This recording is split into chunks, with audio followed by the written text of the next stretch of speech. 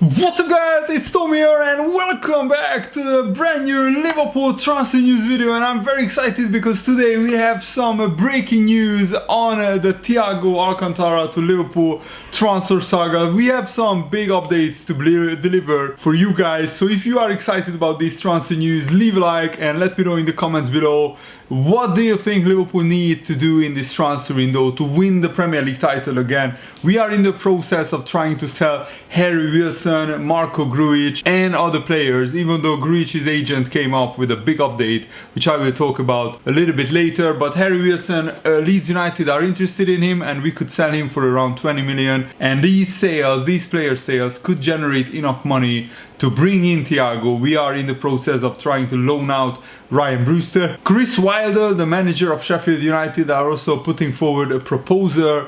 They are putting forward a proposal to Jurgen Klopp and telling Jurgen Klopp how they will fit Ryan Brewster into the Sheffield United team and how many games he will play regularly. But first, let's talk about the Bayern Munich president, Uli Hoeness, who actually has hit out in the German media at both Liverpool and Manchester United, claiming that these clubs are trying to blackmail Bayern Munich into selling midfielder Thiago Alcantara because of Thiago refusing to sign a new 4-year deal at Bayern. Basically, both Liverpool and Man United know that Thiago will want to leave Bayern, and also Bayern want to sell Thiago right now, because if they don't, they will lose him for absolutely nothing. And yes, Bayern are a cash-rich club, but even in these uncertain financial times, the 30 million pounds that they would get for Thiago is a significant amount of money that Bayern don't want to pass up on. So this is what Uli Hoeness said. It is a difficult situation, he told Sport 1, a German TV station. A while ago we agreed on a new 4-year contract with Thiago. Some days later he said, I'm looking for a new challenge, which is totally okay. I think he obviously has an agreement with both Liverpool and Manchester United. Now both clubs are bluffing and no one has contacted Bayern Munich officially. From my point of view, that has no style. They are trying to blackmail us by waiting until the last week of the transfer window when they are going to make a cheap offer, he said. In that case, FC Bayern have to ask themselves the question, do they want to go along with that, or do they tell the player that he has to stay? It's going to be a hot 3 weeks until the transfer window closes on October the 5th. And I think Uli Hoeness' comments, where he went a little bit further, saying that there is a pattern of underhand dealing becoming apparent in the transfer market, is very interesting, and I will give my opinion a little bit later. But this is what he also said. At this time there is a style evolving, even between the big clubs, which I did not know until now. Bayern Munich, of course, biggest transfer is Leroy Sané from Man City. I think that's huge for Bayern. He's a world-class player and it makes Man City considerably weaker. And they didn't really sell many players, but they had a 3 big loan spells ended.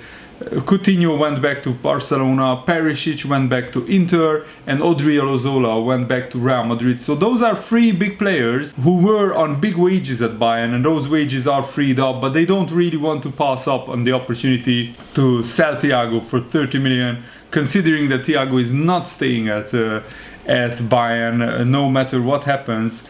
I think that Uli Hoeness has some truth in his words. I mean, he says that we haven't contacted Bayern Munich officially, but other journalists are saying that Liverpool already had the second bid made to Bayern Munich, which was rejected also. So how did we not contact Bayern Munich if we already had 2 bids rejected? So somebody is lying in this story, either the journalists, many German journalists who are reporting this, or the Bayern Munich president. And considering the Bayern Munich president was also in jail previously for tax evasion, I think, or tax fraud, something like that, I would prefer to listen and to trust the German journalists who actually said that Liverpool already had 2 bids rejected, because the Bayern president is not really a trustworthy man. As I said, he was already in jail because of tax evasion. And of course, Uli Hoeness is trying to claim the high ground in this situation, saying that's not a business method from my perspective, how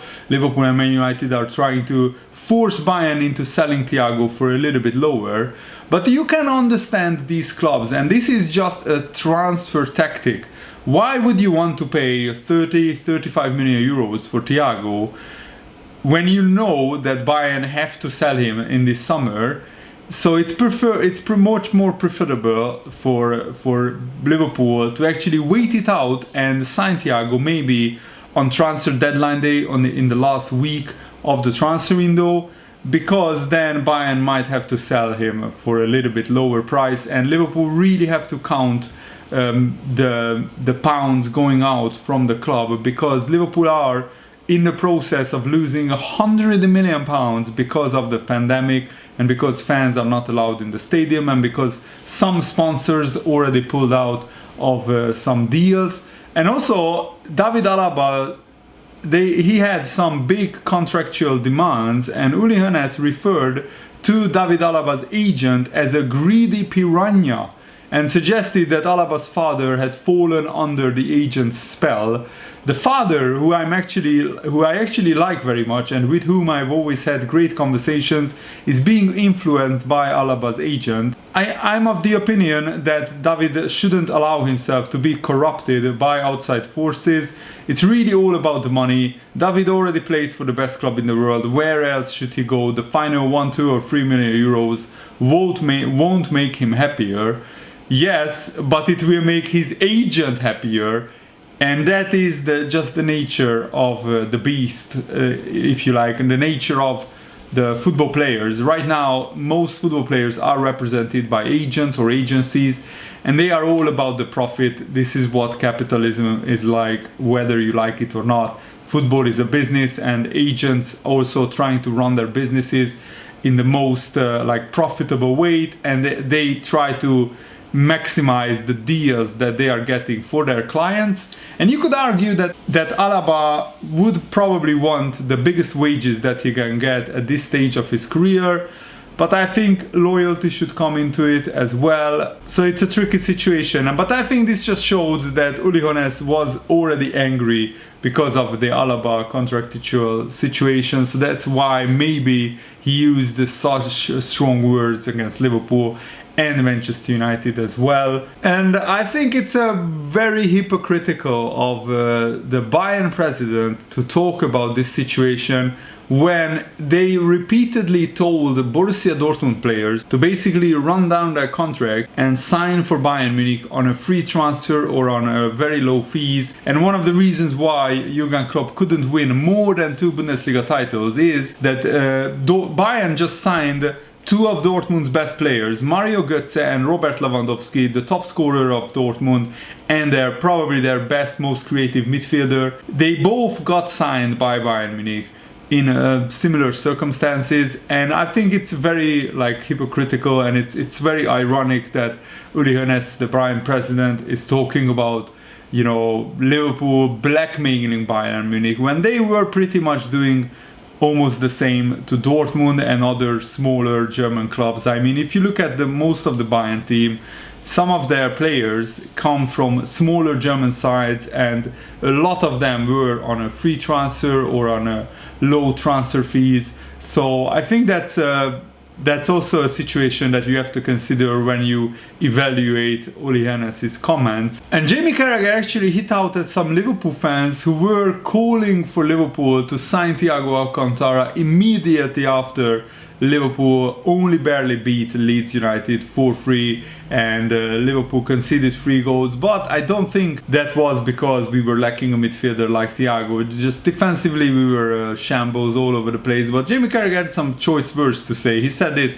Liverpool have got 3 or 4 players in the squad. They are looking to move on. It seems like they have to sell players before they can buy players. That was the case with Dejan Lovren. He had to leave before a left back could come in. Thiago would give give Liverpool's midfield something different, no doubt. I think that the huge clamour for Thiago is a little bit disrespectful to Liverpool's current midfield three. Yes, he would add something different, but if he doesn't come in, it's not the end of the world. That this is still a fantastic midfield for Liverpool. And yes, Jamie Carragher is right, and I only want Liverpool to sign Thiago because it would make us better, and it would make the Liverpool midfield choices more versatile for Jurgen Klopp to choose from. It would make his job easier, and there is no harm selling the likes of Grujic, Wilson, other fringe players who barely play for Liverpool, or haven't even played for Liverpool last season because they were out on loan. Brewster could go out on loan again just to free up some wages, and I only want what's best for Liverpool. And I think most fans are like this, because we know that this Liverpool team can't go on forever, because Liverpool manager Jurgen Klopp has squeezed every last drop out of this Liverpool squad for the past 2 seasons. We went to back-to-back Champions League finals last season. We won the league with 99 points. The season before that we finished second with 97 points. Can we do another 95 plus point season without major transfers coming in? That's what Liverpool fans are afraid of, that maybe this Liverpool squad will get exhausted a little bit, and the Liverpool midfielders are maybe a little bit too comfortable. But you could also argue that Liverpool have some very, very talented young players coming into the squad now. Takumi Minamino, Curtis Jones, even Harvey Elliott. These could be like big reinforcements for Liverpool, not just this season, but next season as well. Especially Minamino, I have very, very high hopes for him. I think that when Liverpool will have 2 or 3 games every week, Minamino will play a lot more, and we could see that maybe he could play in the Firmino role, or he could play in the Naby Keita role. And I also liked that Liverpool started with Naby Keita and Henderson and Wijnaldum in the midfield, which means that maybe against the newly promoted side, Jurgen Klopp a little bit more went for it. We didn't start with Fabinho as like a main defensive midfielder. We went with 3 players who can all attack a little bit more, and especially starting Naby Keita. That's what many Liverpool fans have wanted, and it showed. Liverpool scored 4 goals. We could have scored 5 or 6. The defensive problems weren't because of that. It was just our defenders made too many individual mistakes, especially Trent and Van Dijk, and Joe Gomez's positioning was a little bit suspect. I think against Chelsea and Arsenal, Liverpool will revert back to their usual midfield three of Fabinho, Henderson and Wijnaldum, just to add that solidity and that defensive cover that is needed against the big side. But after that, I really hope that against the smaller side, it will be Naby Keita starting alongside maybe Fabinho or Henderson, or Wijnaldum and Henderson. And if we can sell some players, I'm sure that Liverpool will bring in Thiago in the latter stages of the transfer window. So maybe at the end of September, early October, that's when I expect the Thiago transfer to go through. What is also very interesting is that Marco Grujic's agent came out and said that Grujic has been told that he has been promised a chance to prove himself this season, with Jurgen Klopp already boasting a very packed midfield, and also Wijnaldum has also agreed to stay according to some reports. A deal for Thiago looks a little bit less likely. Grujic spent the last 2 seasons on loan at Hertha, and Hertha Berlin was interested in Grujic, but they didn't match the asking price of Liverpool, which was around 15 to 20 million pounds. Hertha Berlin just don't have that kind of money to pay for one player. Another loan move or a sale would have been likely, but now that the agent came and said to Kicker, a German newspaper, Liverpool want to keep Grujic. That could change in January at the earliest. I think that throws a little bit of doubt on the Thiago deal. Why does Jurgen Klopp tell Grujic that he will stay and fight for his place if we want to sign another midfielder? That doesn't really make sense. So either this is another ploy to make Bayern Munich lower their asking price, basically telling the German media through his agent that we have options in the midfield. We don't like have to sign Thiago. We can walk away from the deal. That's a well-known tactic in Liverpool's armory. But the more likely scenario is that Jurgen Klopp is just preparing himself for a scenario where he cannot sign any more midfielders, so he will probably work with the players that he has, and that's why he doesn't want to sell Grujic, because if he can't bring anyone in, it's better to keep Grujic in the squad, just in case we have some injuries in the midfield. And Peter Crouch, former Liverpool player, and he's now a great pundit, he has a brilliant podcast as well, and he said that Liverpool do need new signings if they want to defend the Premier League title. It's never a bad thing to bring in new players to freshen things up, Crouch said. Liverpool are still my idea of champions and their squad is fantastic, but there are always areas that need some investment.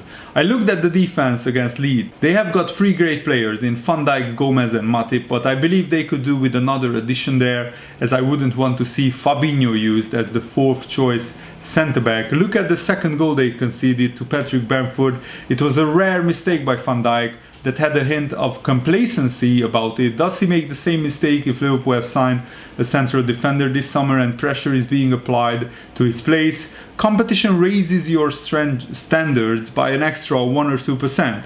And there are only so many times Mohamed Salah, who bailed out his team, and Sadio Mane can produce heroics. Adding another midfielder such as Bayern's Thiago or backup striker would be welcomed. I have a feeling they missed the trick not getting Timo Werner. The problem was we just didn't have the funds for Timo Werner.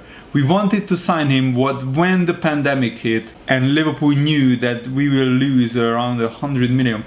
We just couldn't make that transfer happen. Chelsea had the funds because they couldn't spend the Hazard and Morata money. Liverpool just didn't have that funds in reserve. And also Mo Salah broke a Premier League record, which was Wayne Rooney's competition record of 32 consecutive wins when Rooney scored in his team from 2008 to 2011. Now Mohamed Salah has 35 games in which he scored a goal where Liverpool have won, which is a new Premier League record, so congratulations to Mo Salah. I think that's a fantastic record and I'm so happy for him. And tonight I'm watching the Brighton-Chelsea game. I'm really excited for it. I really hope that you guys enjoyed this video. Have a nice day. See you later guys. Goodbye.